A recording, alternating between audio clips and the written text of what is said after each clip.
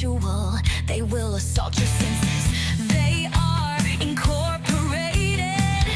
They will bend your mind, shatter your sanity, and seal your fate. Lethal Ladies Inc. Try us on for size. We will take your breath away.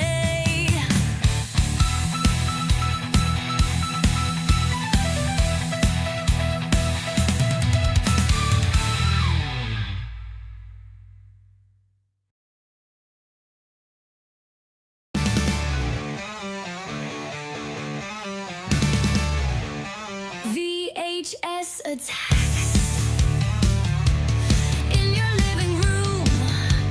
Creepy little gremlins oozing slime in your VCR. Stacks of films to frighten and entertain, hiding in your closet and duplicating on your shelves. It's time to watch. It's time to be scared.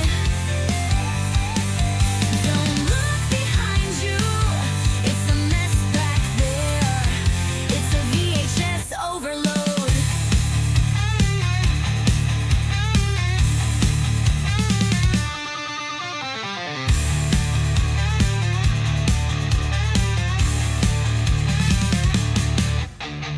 Don't look behind you. It's a mess back there. It's a VHS overload.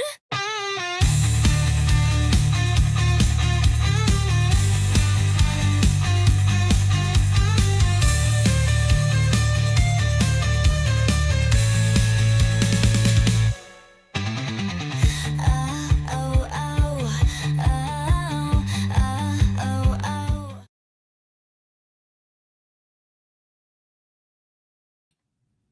Howdy, gang, and welcome to another VHS Overload. We're going to be talking about horror VHS covers from 1983. Now, as always, now these movies were released in 1983. Now, by the time they came on VHS, it may have been a few years later, but technically they were released in 83, and so that's how I'm doing these particular VHS covers. We're breaking them down by year on several episodes of VHS Overload, because I'm probably going to be covering until probably about 1989 is where I'll end. Hi, Christina. So hopefully I can find enough VHS like horror artwork that I can talk about for from 1980 to 1989, and we're on 1983 right now. So I'm going to be covering 6 of my favorite horror VHS cover art. I don't know what that is out there. I get easily distracted. There's somebody making a noise outside. So, before we get started with that, though, I'm sorry if I seem a little off my game. I was almost asleep in there watching a movie. So, and then I remembered, oh, I had scheduled that live stream. So, if I seem a little bit out of it, I do apologize, but that's why. But I want to get some housekeeping stuff out of the way before we get to this horror VHS artwork. So hopefully this coming week we're going to have more Dick's Fix. We're going to have more Cannon Fire. We're going to have more They're All Messed Up. Should be having a couple of watch-alongs this weekend. I had to do a tiebreaker, folks. I had to flip a coin. And that's not what I wanted. Oh, there it is. Okay, told y'all I was just halfway out of it. So, this weekend's watch along movies. Saturday, May 31st will be The Lost Boys. Sunday, June the 1st, that was the one I had to do the tiebreaker on. But the movie will be Meatballs. I'm calling this the tiebreaker edition because I actually had to flip a coin to pick the movie. Also, Slasher Fest month 2 will be underway on June 6th, which is also my birthday. So we're going to be having Evil Dead Chicks Slasher Fest and birthday celebration all in one on Friday, June 6th. We will be watching The Burning and Bloody Birthday. And Bloody Birthday, of course, is in honor of my birthday. So stay tuned for all of that. I do have a new movie Munchies up. It was a quick and dirty movie Munchies for the Slaughtered Lamb Pub Cheese. I can't even talk tonight. Slaughtered Lamb Pub Cheese. So if you haven't checked that out and you want to see how that turned out for me, or you're interested in making your own pub cheese, be sure to check out the latest edition of Movie Munchies. Also, be sure to head on over to deaditesondeck.com, my horror shop. Tell them Poe sent you. And we've got some new t-shirt designs, and they can also be put on tote bags. They can also be put on hats. We've got a bunch of candles, some blended teas, mouse pads, tote bags, what have you. So plushies now. I have the first Poe plushie. I don't yet have him up on the site. I've got to get him up there on the site. We still have the Booga Booga Bears. And so hop on over there at deaditesondeck.com and check out everything I've got to offer. There should be some new designs and stuff coming up really soon, as soon as I quit being lazy and get them on there. Excuse me. Oh, goodness. I'm trying to drink this coffee drink to kind of get woke up. All right. So, since this is a live stream, you can participate in Movie Roulette if you would like. And how do you play Movie Roulette? Well, if you give a $5 super chat during any of my live streams, that includes this one, that includes watch-alongs as well, you can pick any movie of your choosing for me to watch and do a review of. It can be one that I said I hated in the past. Who knows, I might like it now. It can be any genre. It doesn't have to be horror. It can be drama. It can be comedy, science fiction. Apologies, folks. Hold on just a second.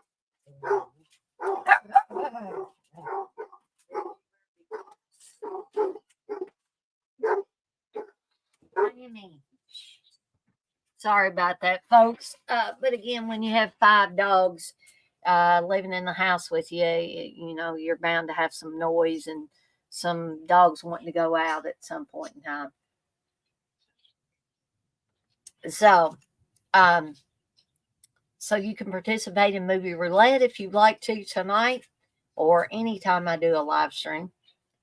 And I guess that's all the housekeeping stuff. So let's go ahead and get to these horror VHS covers. And the first one I'm going to talk about is Sleepaway Camp. Now, this is one of those movies where I saw the second and third Sleepaway Camp before I even dreamt of seeing the first one. And my aunt, who, you know, like I've said before, was my movie watching buddy, horror movie watching buddy for many, many years, told me about this movie. And I was like, well, I've seen the 2 sequels. And she's like, oh, you got to see this one. And I don't know why I didn't watch it with her, because usually the horror movies I'd watch with her, but she told me about this one. And I'm thinking this was when the Kmarts were, you know, there were a lot of big, a mass amount of Kmart stores open back in the day. Hey, the poet. And I believe that's where I saw this. But it was Media put this out, Media Home Entertainment put this out. But later on down the road, Video Treasures also put it out with the same artwork, which I'm going to talk about this artwork here in just a second. And I saw this artwork and I was like, ooh, that's Sleepaway Camp. But I was a kid, didn't have any money, so I couldn't get it. And then when I went back and I did have some money, unfortunately, it was not there. But eventually, I did see Sleepaway Camp, and it did have this cool artwork, which is something that I think would catch any horror fan's eye because we've got the hand holding the knife. There's blood running down the knife. There is a tennis shoe upended on the knife. You have Sleepaway Camp, the title, in what appears to be wooden letters with blood dripping off of it. And you also have the letter, like a kid at camp was writing a letter to mom and dad. Dear mom and dad, I've been at Sleepaway Camp for almost 3 weeks now, and I'm getting really scared. And if you all right, Zoe? If you would turn the box over, you would see the rest of the letter, or almost the rest of the letter, where um, the kid was telling the parents, kids are getting killed off, and then it's almost like somebody came up behind them and took them out because the letter just abruptly ends. So we also had the tagline, a nice place for a summer vacation, a perfect place to die. There was also a tagline that says, you won't be coming home. So it was as if you go to summer camp, you go to sleepaway camp this year, you're not coming home. And I'm sorry about my dog doing this. She's okay. She's just, are you okay, Zoe? She's, you know how dogs do sometimes when they go like that. And I'm getting a lot of, oh, okay. I was getting some stuff delivered too from the grocery store, some stuff I forgot. Um, but anyway, what Sleepaway Camp is about, in case you aren't aware, when Angela Baker was a little girl, her family, her dad, and her brother were run over by a boat by accident. And so Angela got shipped off to her aunt's house, crazy Aunt Martha, who we'll see is crazy in more ways than one as the movie moves along. And Angela and her cousin Ricky are going to go to sleepaway camp, and this will be Angela's first time there. Angela doesn't talk a lot, and so she's made the butt of a lot of jokes. When she gets to camp, she's picked on really badly, and soon people that cause Angela trouble end up dying off. Okay. So I don't want to give all the secrets away to Sleepaway Camp in case you've not seen any of the Sleepaway Camps. If you've seen the sequels, you probably know the twist. But I don't want to give that away for anybody that has not seen it. But again, that cover art is fantastic. And again, whoever came up with this to promote the movie was a genius. Because there is no way on earth, hey, Blissful, there's no way on earth that a horror fan, in my mind, a horror fan could resist this VHS cover and the artwork that's on it. All right, so The next one we want to talk about is curtains. And again, this is genius to me, because you not only have the curtains that, if you look closely at them, appear to be part of the, I call it a hag mask, that the killer wears at some points in the film, including one very spectacular ice skating sequence, where the killer has the hag mask on and they're ice skating, and they end up killing one of the characters off. So you've got that, the top half of the hag mask going down into curtains, and you have this doll that's coming through the curtains, and it says "Curtains, the ultimate nightmare."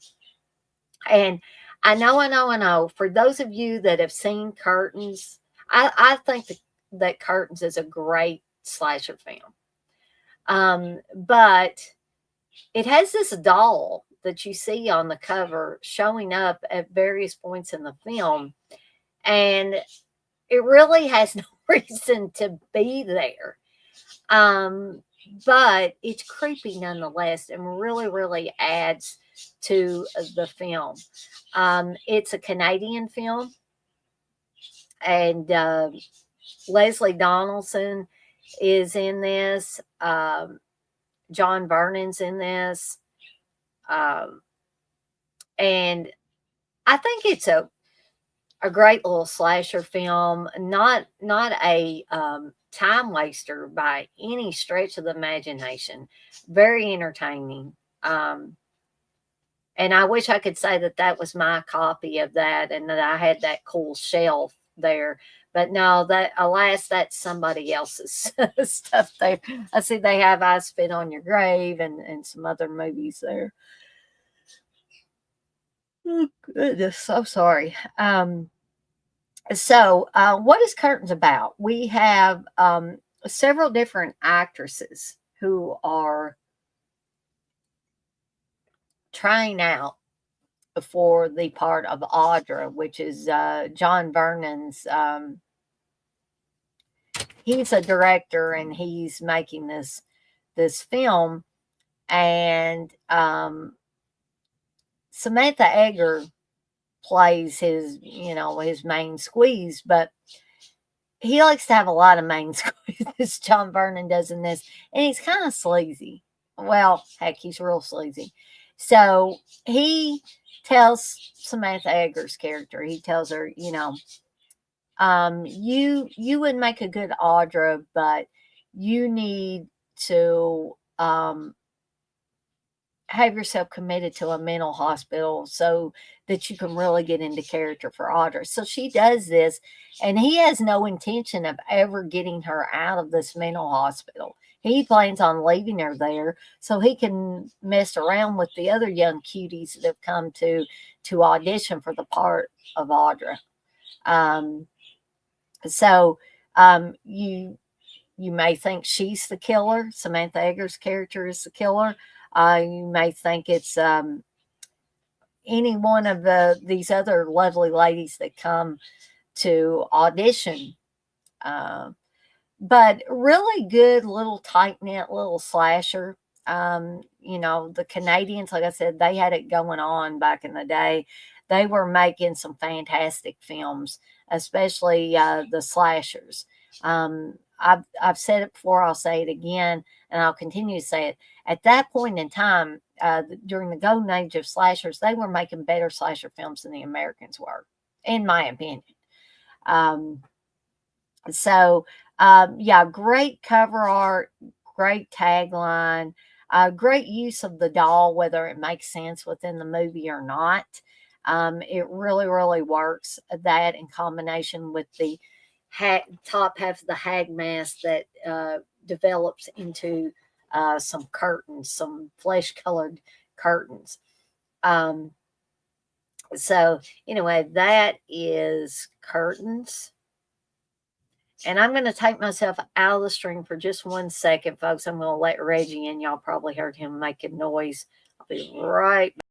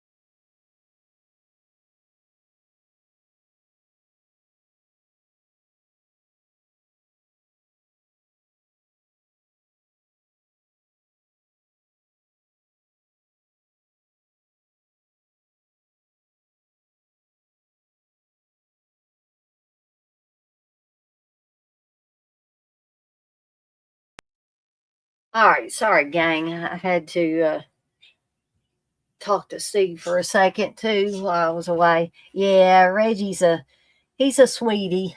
Love that dog. I love all my dogs, but Reggie is such a ham. All right, so the next one, and y'all might think, why in the world, Dana, are you showing this one? But I actually ended up getting this on Blu-ray. This is actually a horror comedy, Microwave Massacre. Is it a good movie? No, no, it's not. And that's why Steve couldn't figure out why I wanted to get it on Blu-rays. Like, why on earth? Um, but Jackie Vernon is plays the title character there. You see like a cartoon version, and Jackie Vernon was the voice of Frosty the Snowman. So when you see him in this, it astounds me. Um, I'm not saying he couldn't do anything else, but um, this made you side eye your microwave blissful. Yeah, it probably would. And so I don't think y'all feel free to correct me if I'm wrong here, but I don't think even back in the day there were microwaves as large as the microwave in Jackie Vernon's house that his wife is using. Um, but his wife in the movie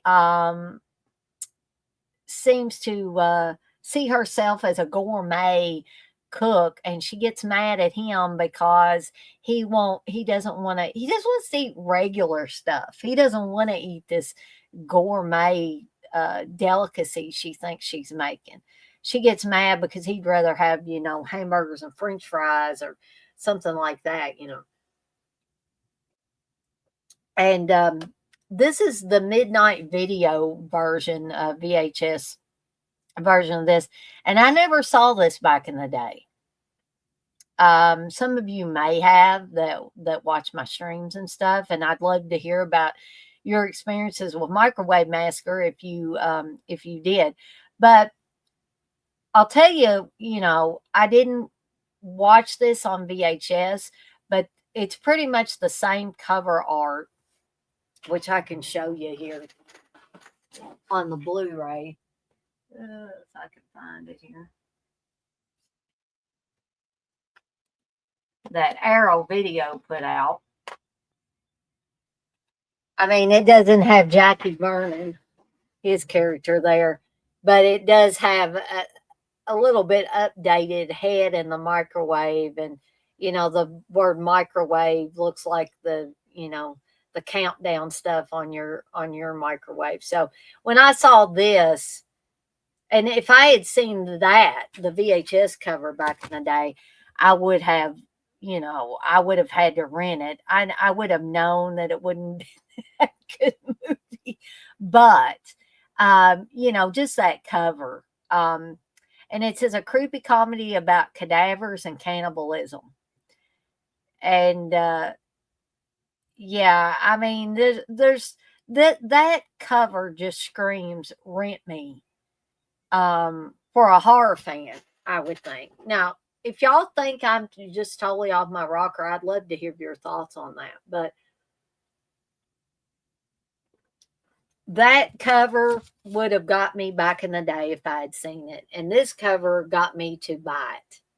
And some people might say sucker, because I'm telling you right now, it's not a good movie, but it's an entertaining movie. And that's the difference between a bad movie that's boring and dry and not entertaining, and a bad movie that has you laughing all the way to the bank, right? So, and that to me fits in this category. So you have Jackie Vernon's character, who is a construction worker, and his wife's a nag, and she gets on him all the time about, you just don't like my cookie, blah, blah, blah, blah, blah, all the time. So that eventually she's going to drive him crazy and he's going to snap, right? So Um, he tries to eat her food. He tries to eat her food, and hey, Hope, and he starts going out with his buddies from work to just regular places to get food. And so his wife nags at him one too many times, and he doesn't mean to kill her, but he ends up killing her. And then he's like, oh my gosh, there's a body here. What am I going to do with this body? So he basically cuts her up and puts her in her body parts in the freezer. And then he accidentally tastes her, one of her arms or her legs or a foot or something like that, and decides that he likes the taste of it, thereby becoming a cannibal. Uh, oh, awesome, Hope. Y'all watch Motel Hell? Was that like Hope? Was that the first time you ever saw it? I'd love to hear your thoughts on it. Um, so um, he ends up like kind of farming this stuff out and making lunch meat sandwiches out of it and stuff like that. Puts them in his lunchbox, takes them to work, shares with his buddies at work, and they're like, "Man, this is the best stuff ever." And so the stuff from his wife starts, running low.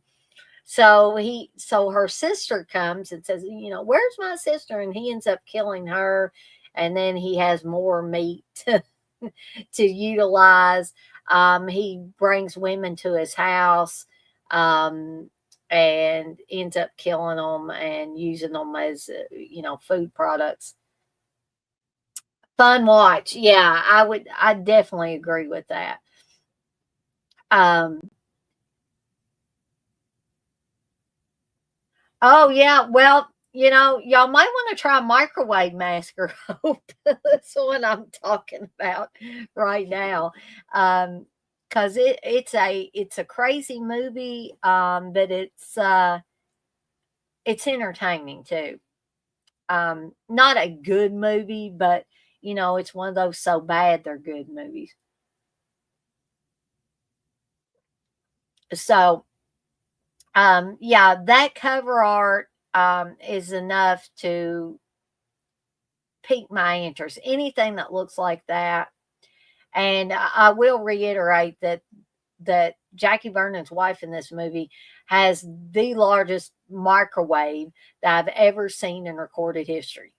Um, I really don't think microwaves were ever that big. I mean, they were bigger than they are now, but they were. This thing was gigantic that she had. So anyway, that is Microwave Massacre. So the next one I want to talk about, we've got three more to talk about tonight. Um, so the next one is Mortuary, starring Christopher George, and Bill Paxton's in this. God rest his soul. Um, and the girl, um, Mary McDonough or McDonough or how you pronounce her name, who played Aaron Walton on the Waltons, is actually she's in this. Um, David didn't like Bloodhook. Oh wow. Maybe you could wait and give it another try, Hope. Maybe you would like it better later. I think Bloodhook's very entertaining. But to each their own though. Um, Mortuary, Mortuary is about a middle of the road slasher for me. It's a little bit slow in parts, but the cover art for this thing, and this was not one that I rented either.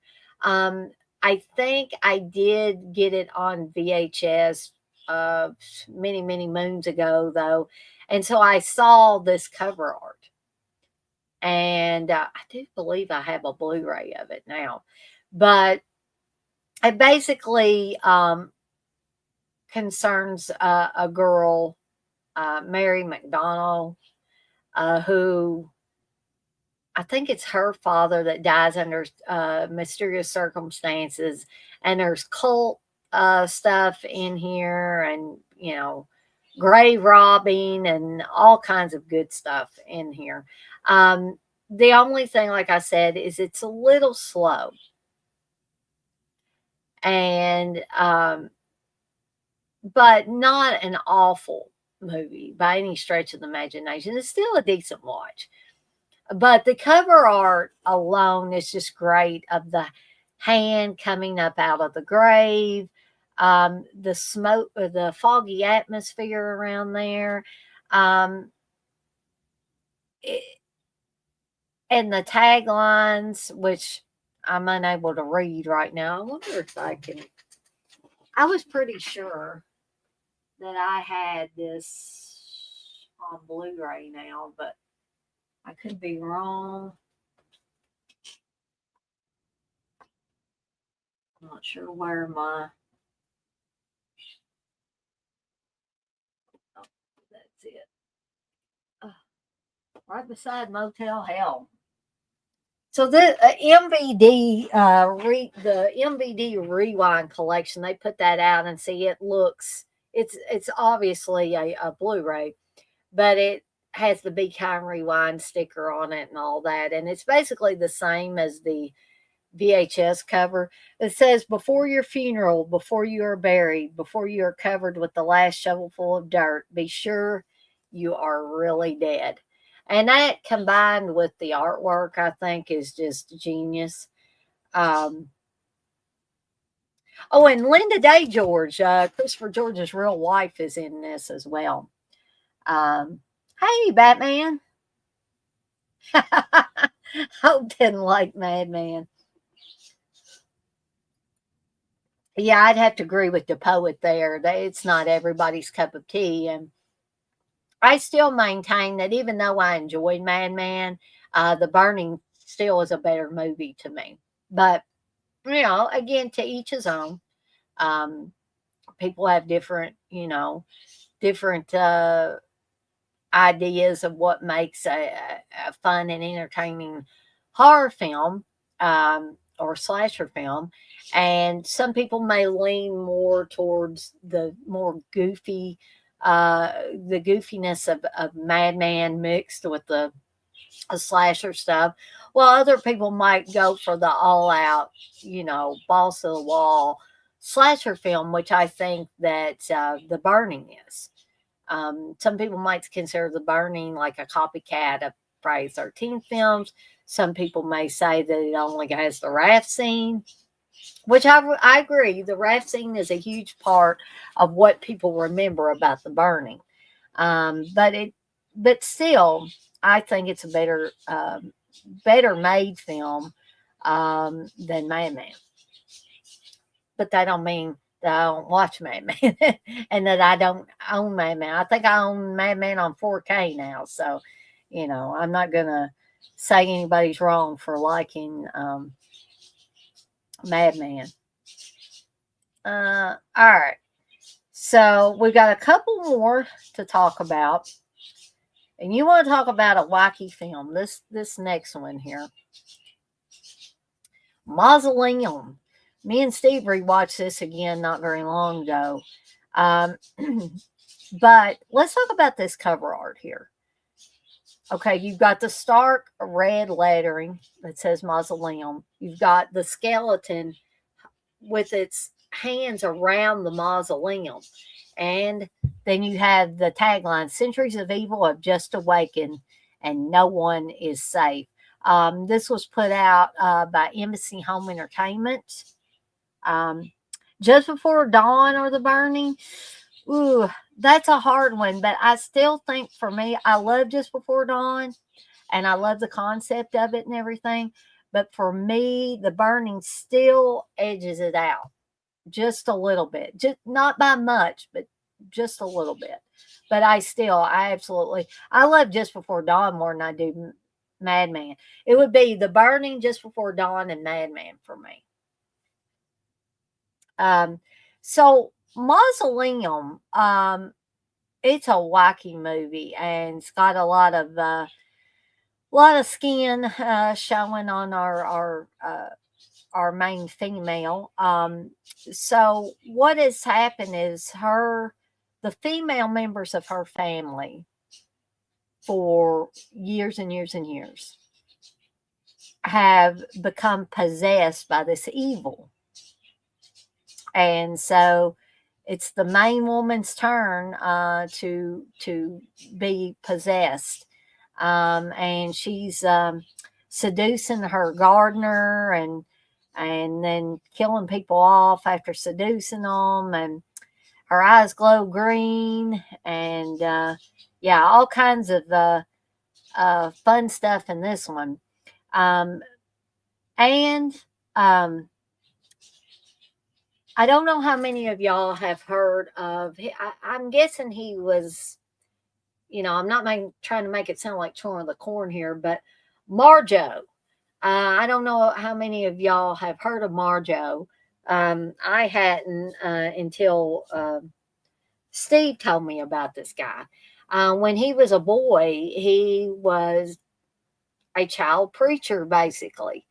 Um, and, would be at these, I don't know, I guess these tent revivals or whatever you want to call them and stuff like that. And as he grew older, he grew out of that and got away from that and went into acting. And his name is Marjo Gortner.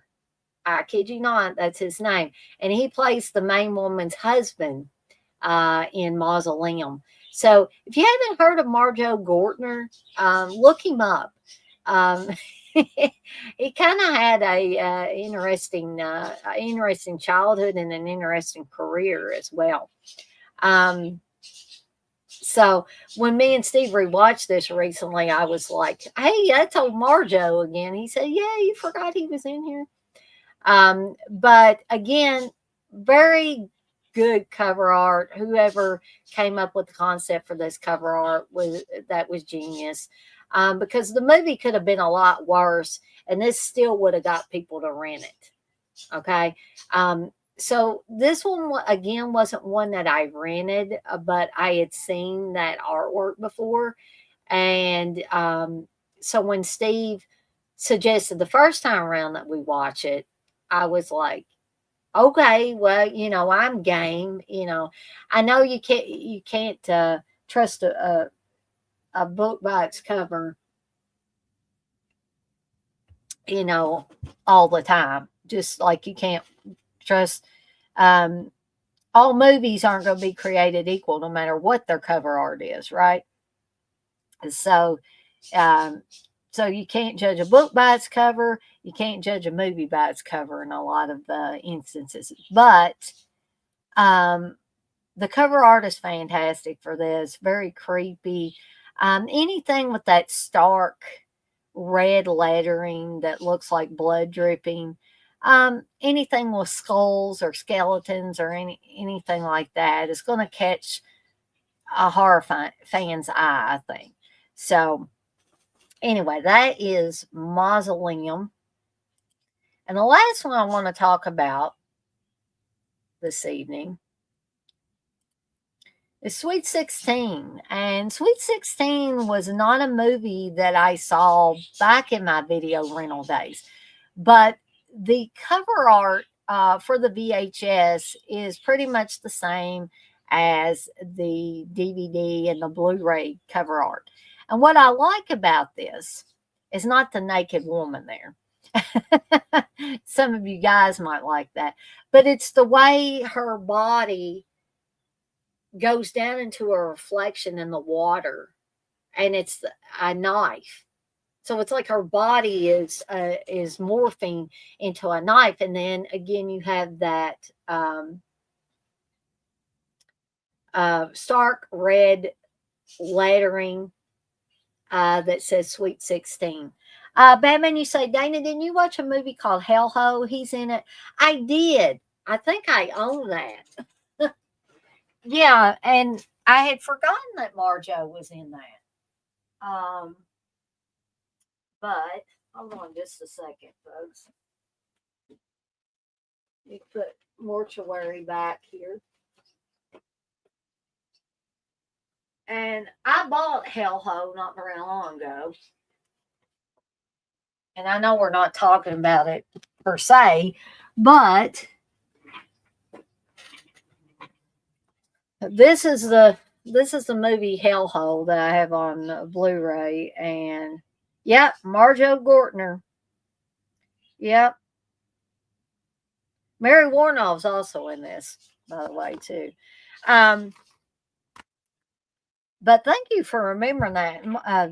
Batman remembers a lot of things, stuff that I have, forgotten about. But you are correct. All right. So, what is Sweet 16 about here? Sweet 16 is about a girl named Melissa. In fact, they have a song in this movie that says Melissa that plays, that feels like about 1,000,000 times in this movie.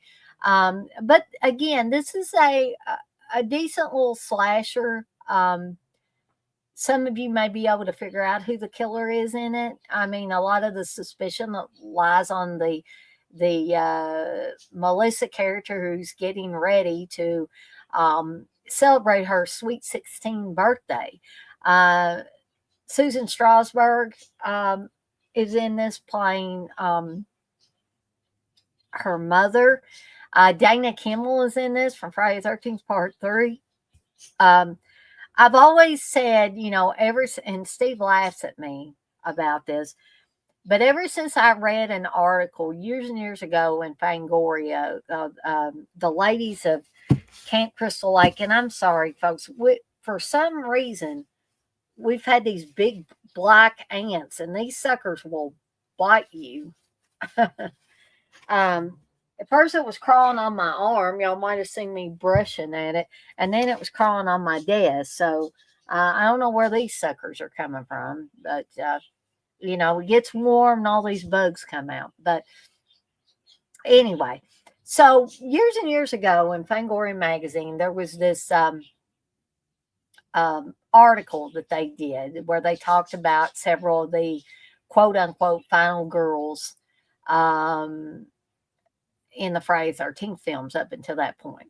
Okay. So I think it was called The Women of Camp Crystal Lake or something like that. So they interviewed Dana Kimmel. And, Dana Kimmel might have calmed down, chilled out, whatever, come to terms with being in a Friday the 13th movie because she was in Part 3, the one that was in 3D originally. But back when she was interviewed, she was talking about how she talked to Steve Miner and said, I'm not going to do this, Steve Miner. I'm not going to do that. Yeah. It's like, lady, you were in a Friday the 13th.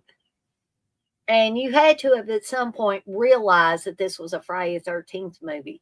Don't try to act like you didn't know what a Friday the 13th movie was. And she just seemed kind of snobbish and holier than thou about it. I understand actresses not wanting to get naked or something in a movie, and I can understand that. But then when she started talking about, she told Steve Miner she was not going to do a scene where she got her head cut off by Jason's mother. I'm like, okay, who are you to be telling the director what he should do with this? And, there's nothing wrong with being religious or anything like that, but it seemed like she was being a little extreme about stuff. So when I saw her in Sweet 16, I was like, oh. And she was younger in Sweet 16, and she, or I think she was a little bit younger. She annoyed the hell out of me in this movie. You could have taken her character out of it, and I would have been fine. But she was the character that was reading all the murder mysteries and stuff like that, and tried to help her dad, who was a cop in the film, solve these murders that were happening. I'm like, girlie, go back and just be quiet. because she seemed more annoying than helpful throughout the whole movie. And she didn't like Melissa, didn't like Melissa, didn't like Melissa, and then all of a sudden, oh well, she's not so bad. It's like, pick a side here, you know. Come on, don't be wishy washy and all this stuff. But anyway, that's my tale of woe about Dana Kimmel. Um, but other than, Dana Kimmel's crazy ass being in this, and, like I said, maybe I'm being too hard on her. Maybe in succeeding years she's fine now. Maybe she's come to terms with everything. But that article, she just sounded like the biggest stick in the mud, walking around with a stick up her ass, kind of person I could ever imagine, right? And in later years, she done conventions and stuff like that. I never met her. Um, Steve said, Steve said he saw her at a convention one year, and it looked like that somebody had put her in the oven for 350 for an hour. I mean, I know we're all going to get old. We're all getting old. Um, Batman, you say, yeah. I wondered if Totally Killer was inspired by Sweet 16 because that was his motive as well. Um, it's possible. It's possible, Batman. I'm not going to say it ain't. I don't think I've seen Totally Killer. If I have, I've forgotten about it. Steve may have seen it. And sometimes he watches movies and I walk past or walk through the room where he's watching it, and I've got other things on my mind and I'm not, totally paying attention to it. But despite, like I said, Dana Kimmel's crazy ass in this movie, the movie is still a tight little slasher. I like the twist at the end, or I like the reveal of the killer at the end. And yeah, and great cover art too. Very inventive cover art. Again, we've got that stark red lettering that says Sweet 16 on there. And yeah, what more could you ask for in some of these horror films? All right. Yes, he is. Batman, you say, oh God, Don Shanks, Michael from part 5 is in this one. Yeah, he is. He most certainly is. I don't mind Don Shanks. But I can understand, so the look of Michael in part 5, Halloween part 5, kind of gets people sometimes. And I agree, that is not the best looking Michael Myers. I lean more towards the original mask and stuff like that. I like the part one's mask, of course. I like part two's mask. Um, but then after that, it's kind of like, it's not so much about the mask anymore as it is the character as a whole. You could put a bag over his head, and if it was Michael Myers, I think by that point in time they really didn't care about the mask and about making it creepy. But if you hear John Carpenter and Tommy Lee Wallace talk about the creation of the first Michael Myers mask, they were really into it. They were totally indebted to making a really a classic chilling mask. So yeah, I think as the series went on, it became less about the mask and just more about slicing and dicing. Pretty much, in my opinion. Um, yeah, Batman, you say his build was okay, but that gosh darn mask. Exactly. Exactly. Yeah, it's bad. That mask is bad.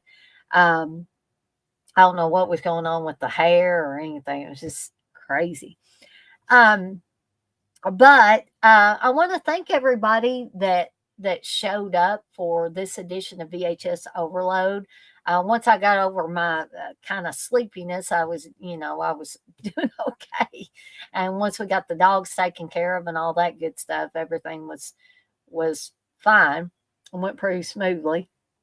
But I want to thank all of you that joined me live. Batman, the Poet, Blissful, Christina, Hope. I just wanted to make sure I didn't miss anybody. I appreciate each and every one of you showing up for this. I also want to thank people that, if you didn't get a chance to watch this live, for those of you that will watch it on the replay, I appreciate you guys and gals as well.